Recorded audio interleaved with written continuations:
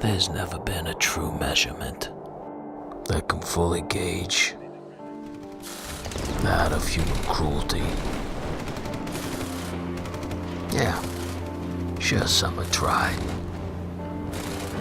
And I guess some acts can almost be justified. But no one's ever been able to come up with a satisfactory reason why on the morning of June 10th, 1944, 4 days after the Allies had landed on Normandy to liberate Europe, that a Panzer division of Waffen-SS, around 200 men, waiting to be resupplied with fresh troops, altered their course and decided to pay a visit to the tiny village of Oradour Sur, Glane, with a population of about 1,000 people, give or take a few. Old men, women, bunch of kids. No strategic value, just a tiny village. One of the survivors said when the Nazis drove into the village, they didn't seem angry. They didn't seem anything at all. Maybe indifferent. And that the children all gathered to watch and wave because they'd never seen a Nazi before. But I guess the Nazis weren't in a waving mood because they ordered all the women and the kids to get inside the church and they locked them in.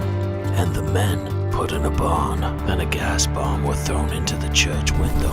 The same sort of gas that killed the Jews. Then they set the barn on fire and threw grenades in it. A fucking French barbecue.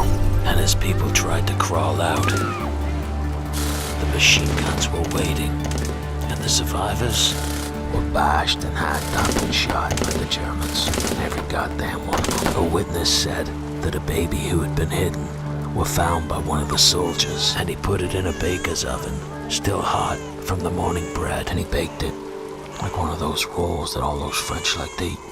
And when they got tired of killing, they looted the place and then burnt the bitch down. After the war, as you can imagine, the property prices there were pretty reasonable, some real fixer-uppers.